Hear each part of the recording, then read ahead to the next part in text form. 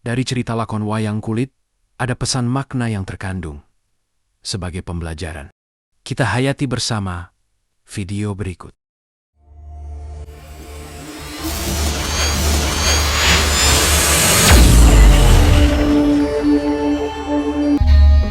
Iler-iler tandure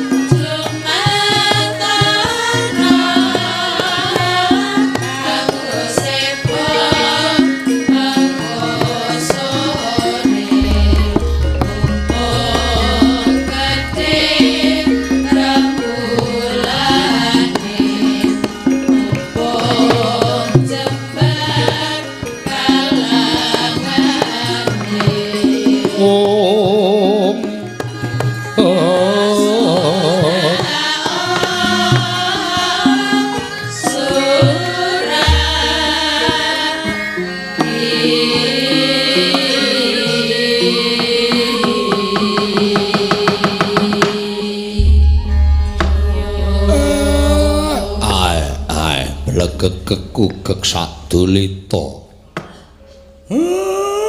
ndara kula ndara janaka wis ketingal medal saking pesanggrahan mala sapa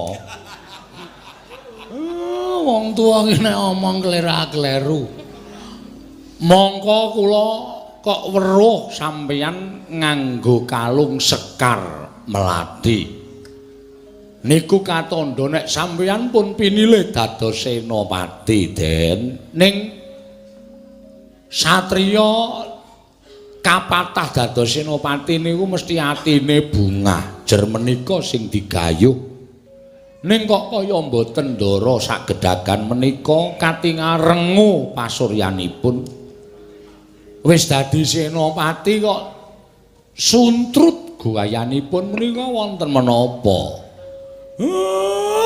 ngabdi Semar nyadung dawuh Den kowe mau krungu ora Tru apa surak mawurahan manengker gumuruh Wadyabala Kurawa wis ngetoni senopati apa iya weh domongi kok apa iya kandhane kok ngeyel. Tarungoke sing madheg senopati Begawan Durna. Mula Ndara terus kekalung sekari nunci mbok menawa dipilih karo Sinuwun Prabu Ndarawati samapta ing gati sawega ing diri mungsuh gurune dhewe. Oh, piye? Iki pancen ya perang suci tenan. Ha iya. Gong. Kok meneng wae. Iki nanggo gara-gara wae, ora.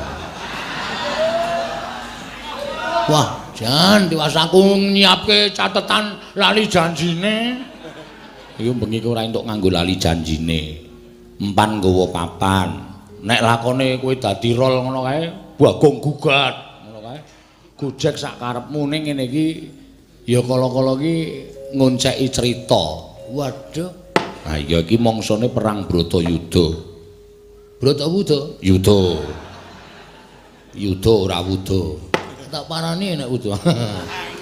Ngawur kowe nekat seneng. Bratayuda. Ngestina ngetoni Senopati Begawan Durna. Wah, lah gleleng. Ha iya. Ya kono iki ketoke kaya ngono ampuh-ampuh. Ayo to, sing wis ra ana sapa wae? Sapa sing ra ana? Ayo ke Sang Begawan Bisma wis seda. Senopati Ngastina pirang-pirang sing wis do Kurawa iki semengkari pira? Sedaya kabeh mati karo Ndara Janaka, Ndara Werkudara. Monggo nek karo Ndara Werkudara temandang karya. Wah, kaya dewaning Antaka. Maksude dewaning pepati. Ndara Werkudara nggawa gada rujak pala glundhungke ngono prajurit 850 mati kabeh. Kuwi entuk kurang ora 850. Cacahe ngono lho Le. Ning kok Ndara malah sungkawa. Lah enten pripun? Enten apa kok sungkawa sing dipenggalih napa awi dionceki bareng-bareng kali Semar. Senopati pun didhep Wadyabala pirang-pirang kok sampean malah sungkawa niku. Monggo senopati niku wajibane perang. Lah kok malah susah niku lek arep perang pripun? Nek ngepake jaya kawijayan, aji japa mantra, marai tumpang soh nggih sampean ngatek aji.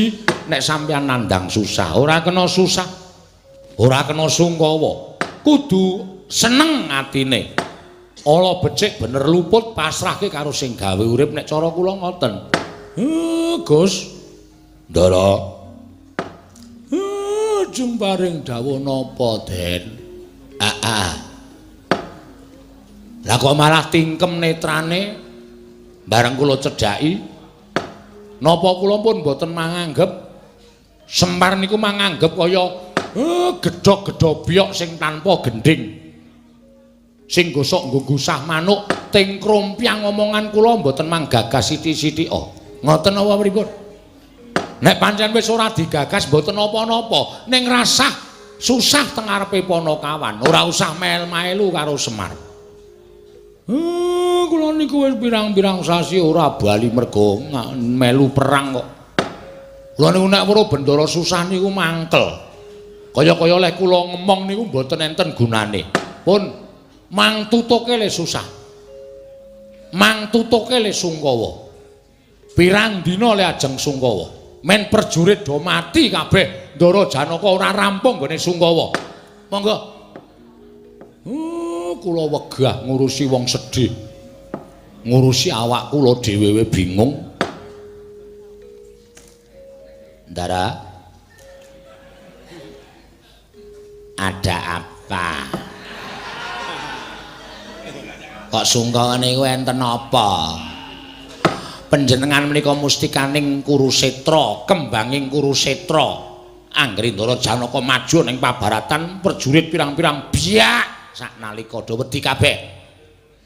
Jemparing tumpangke Gendhewa uncalke teng akasa clurut. Kurusetra udan jemparing. Wong 1000 mati kabeh. Lah saniki kok terus ming pripun niku? Wah, ora sumbut karo le metu nganggo kalung kembang. Dimadheg Senopati do surak-surak kabeh. Ore, ore Raden Janaka, Raden Janaka. Aku barang tekan mriki teng ngarepe Semar Konjur. Enten apa? Gus? Dus? Ora panah ndasmu ireng. Gus kok dus ora. Urupe ku alik. Urupe ku alik. Terserah. Ora arep piye-piye. Dielekke wis ora iso. Nek ora aku ora rampung go. Heeh, kowe pinter ya, Truk. Ah iya. Kuwi ngapa kowe kok dadak nyemplit kembang barang arep modar? Wis tak antil modar. Syarat iki. Mbok menawa kowe arep kepanah cengelmu kuwi ora. Meneng wae. Kadanging pun Kakang Yayi Arjuna kena ngopo si Adi kok nganti susah. Pun Kakang kuwi nalindring Ndarawati banget nggone tresna lawan si Kadanging pun Kakang Yayi Janaka. Wis mako banci ya, Tru. Banci dengkulmu ora. Anu sapa sih? Sama bojone Ndara Janaka sapa? Parmi. Sembadra. Heeh, Sembadra. Bapakne kula eneng apa bapakne kula kok kendel wae apa ya Wara Sembadra kuwi salah apa aku kleru bapakne kula ora masuk to Sikandri, Sri Kandi. Sikandri wis setrepding ya. Ah iya. Sri Kandi. Heeh, Sri Kandi. Tobat. Panjenengan iki menapa lho Kang Mas? Pangeran panjenengan niku kenging menapa? Ing ngatasi maju wonten ing pabaratan kok panjenengan niku mboten gadahi jiwa saking kados mangkaten menika. Mengko ngambil lingsempipun presani dhateng piyai kathah kula aturi paring dawuh, pangeran kula aturi paring dawuh. Ora masuk. Sapa ya, Gong? Ndara Werkudara. Wah. Kaya bis. Wah. Jelampor. Jelamprong. Wah, adikku bocah bagus. Aja sedih. Yen kowe sedih aku melu sedih. Jaroko. Wah. Jaroko. Kurang gedhe. Wah. Rada antep sithik. Wah. Gedhe sithik to. Hah? Gedhe sithik. Wis ra iso. Dutel-utel. Muni piye? Aku akon gedhe sithik. Ora iso. Dutel-utel. Iso engko. Padake kowe cucul cengelmu ya ora. Dutel-utel ya ora piye-piye. Kowe ora tanggap ping sama mbok jajal dombeni plikita. Apa? Bel orang ya kualek kok. Bagonge. Anu Ndara sapa Ndara? Gatotkaca. Oh ketok itu. Oh Abimanyu, Ndara Abimanyu sugeng meneh. Oh iya. Kromo. Ono maling. Ora ngrego-ngrego to, Gong. Kanjeng Rama klengeng putra ing Tanjung Anom pun Abimanyu. Rama kula aturi nyusul wonten ing peperangan.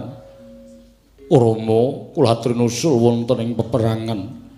Kula kaboping rana Madyalaga Kanjeng Rama kula aturi nyusul dhateng ingkang abdipun Abimanyu. Ingkang putra rinanjab dening para sata Kurawa Kanjeng Rama.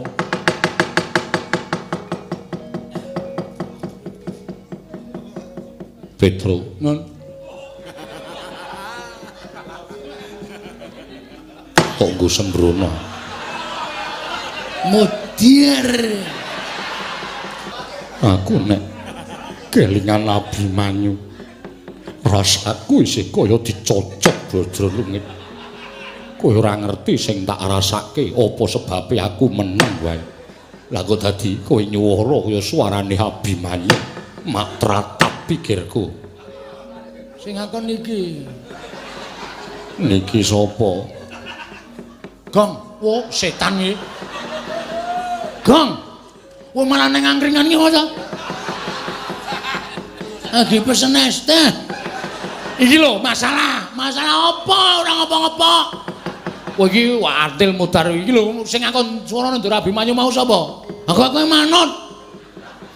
Iki nesu tenan Gong, aku wae iso ora nek nganti ora sida dadi senopati kowe tanggung jawab. Mundur.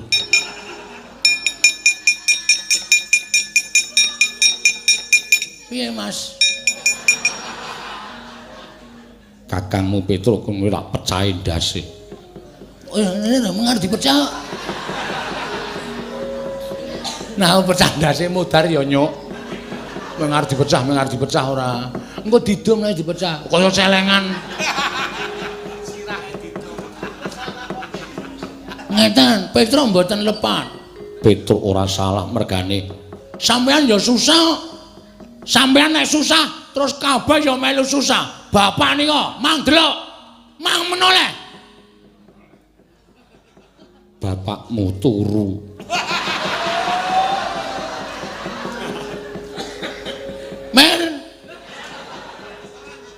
Mer, hei! Wah, wah antil sirahmu. Gugah wong tua kok nyuwara seru banget neng kuping. Melek. Iki melek iki. Lagi entas e. Mau ya merem e, Ndara Janaka nesu. Sebabe Petruk Membandara sama Abimanyu nyuwara Ndara Abimanyu Ndara Janaka kaget terus Petrus dicucuki sirahe. Sing ngakon nyuwara Ndara Abimanyu wis ora ana iki nek krungu tembung Abimanyu kowe nangis kok dadak nyuwara padha Ndara Abimanyu. Kapok. Kowe meneng bae apa? Aku urusanmu. Iki anak sapa ya? Ambo. Oh, iya udah anak Semar terus. Iya. Nene tekan sesuk-esuk pokoke udah anak Semar. Ya. Semar ngopo-ngopo rasa ditulungi. Ha iya. Mun kon jukuke wedang rasa jukuke wedang. Ya. Wis aku ora dianggep anak kok. Petro, dalem sesuk meneh ora kurang ajar. Kowe isih kelingan. Abimanyu ora wujud wong. Abimanyu dirancap dening Kurawa. Nanti wujude kaya landak. Nggih.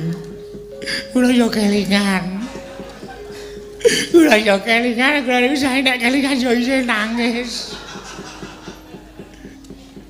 Kowe yo weruh dhewe. Kula sing gotong kandhane. Iki nek ajar Abimanyu rasane. Isih lara-lara. Wis Petro. Ijo meneng ora iki? Mantel kabeh. Wis ora ana sing motok babar blas. Ono yo nangis. Kene yo nangis. Semar yo nangis. Sapa sing ora nangis? Mbok mikir. Oh, wis senengane ora. Iki mangsa peperangan. Ora sak penake dhewe.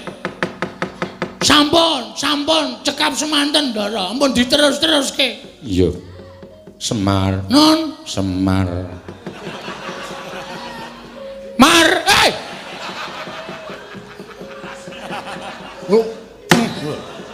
Nggo nek kendang aku pecah piye? Diwakiske. Setan ora. Wonten dawuh aku wis pinatah dadi senopati. Dina samengko mangrurah satru murka Semar. Nggih. Jenengipun ning senopati ngestina dudu wong bahen-bahen. Main bahen. Ora liya kejaba mung guruku Begawan Durna. Nggih. Guru sampean. Iya. Mula aku kudu wani karo Kanjeng Bapa Penemban Durna. Mengko nek disetrap pripun. Mergo guru niku main ngelmu dateng panjenengan. Sebab niku nek mboten menggok ngiwa. Mengko saya adoh. Terus? Ora nyambung ya. Andel ora. Kaya wong top-topo kae. Ayo mengkari sithik matane, Gong. Culeken. Hus. Mula kang sangka kuwi dina samengko tata-tata samapta ing gati sawiga ing diri. Yen ana laku ning prajurit aja wedi kangelan, mengko kowe tak paringi priksa. Ketapno prajurit ing ngombyong laku ning senopati saka negara Ngamarta Kakang Semar.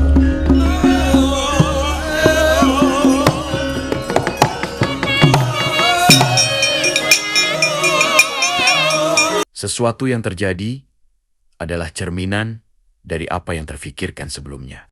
Maka ketika dapat menyadari, tak ada lagi penyesalan yang tak berarti. Karena sesuatu yang ada sudah selaras dari yang belum ada.